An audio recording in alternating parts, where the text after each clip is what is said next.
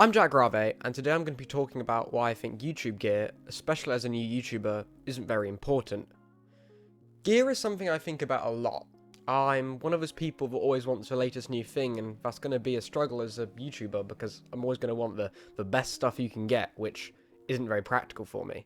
Despite me saying that, I may be doing some content on some pretty expensive audio gear in the near future that I could be buying, so keep an eye out for that. With that, welcome to my channel. I make videos on content creation, productivity, and tech, and maybe even trying to improve our lives, and I hope you join me today as I discuss today's topic.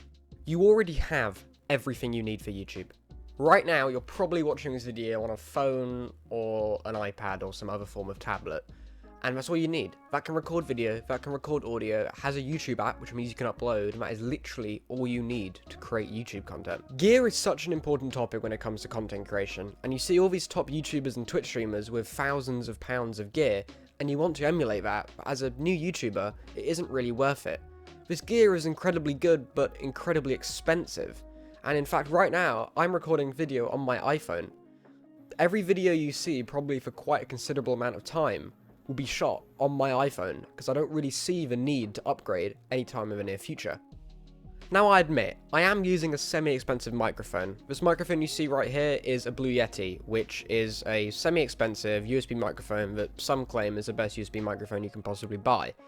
I've had it for about 3 years, so no, I didn't buy this specifically for YouTube. I'm just a big fan of having good audio whenever I'm using my computer, and it just so happens that for content creation it's very helpful to me. Right now, this is how I sound on my phone's microphone. It's not brilliant, it's not great, but it's all you need to get started.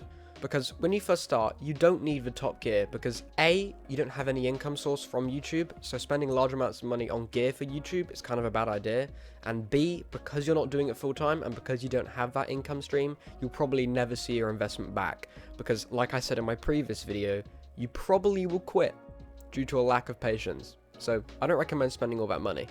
Obviously, if you already have good gear, use it. There's no point limiting yourself. I mean, it's what I'm doing right now. Like I said, I have this Blue Yeti, and so I'm using it, because there's no point me restricting myself from using it. But I wouldn't go out right now and buy a Blue Yeti when I'm just starting, because there's no need. I have my phone. Now, of course, you may be saying, but Jack, I can see the difference between a webcam or a phone compared to a DSLR camera. And yes, you're right. There is a big difference, especially coming from a webcam to some proper high-grade camera. But as a new YouTuber, don't do it. When you get large enough, when you think it's time to upgrade, do it. Improve the production quality, improve your audio, improve your lighting, improve your camera, do it all, because it's worth it when you're actually doing YouTube as an actual career, or at least hobby, and you're making income from it. But until then, don't. I myself have no clue as to when I'm going to upgrade, because I'm just doing this as a hobby and therefore don't really see the need to upgrade at any point. Now, say you did have really expensive gear, you spent £10,000 on a camera, that's a major investment and you really want to see the upgrade that this has given you. Coming from a webcam or a phone like I'm currently using, you'll see a massive difference. Purpose-built cameras will always beat webcams and phones, because they just don't have the size nor the focus in order to be able to achieve the same levels of quality. But coming from a camera that say costs half the price, so £5,000, you won't see nearly as much difference, and your audience probably won't even notice it. Major channels like Linus Tech Tips are shooting on $70,000–$80,000 cameras that record in 8K, but to the average viewer, you don't see that. For any viewer to watch a video over 1080p, they first have to own a screen that can do over 1080p, which is still quite a rare thing in most countries. And because of YouTube compression, which is brutal on videos, you're just not going to see a major improvement. Compression will basically negate any improvement you have from that extra $5,000 you spent, and therefore your audience will be none the wiser as to which camera you've used. What this basically means is that thanks to YouTube compression, past a certain point you reach a zone where no matter how much money you spend, your viewers will never see an improvement. One of my favourite examples of this is the Rode Procaster. It's a fairly expensive XLR mic, around £150, and on top of that you need an audio interface to run it through. Say for example, a Go XLR Mini, which will set you back about another £150. And yes, it's a brilliant sounding mic. Rode isn't joking when they say studio quality, but anything past that you won't see much difference. You can buy a £500 Shure SM7B, which is the industry standard that you see everywhere, but most people won't be able to tell the difference. And audiophiles, I know you could see this and start hounding me for as saying there is a difference between the shore and the road and it's all really obvious, and yes, there is a difference, but only to people that pay really close attention. To the average viewer, there isn't. But of course, cameras and microphones aren't the entire story, and this is where my advice changes. When it comes to lighting, it plays a major part.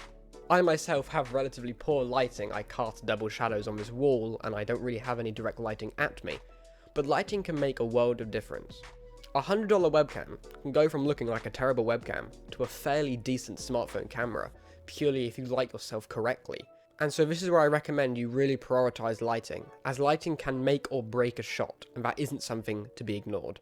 And so, if I were to break it down in order of most important to least important, I would probably rate it microphones, lighting, camera, backdrop. The reason I've done that is because good audio can excuse a bad video, but good video can't excuse bad audio, and your audience just won't listen if their ears are just hurting from a terrible audio quality.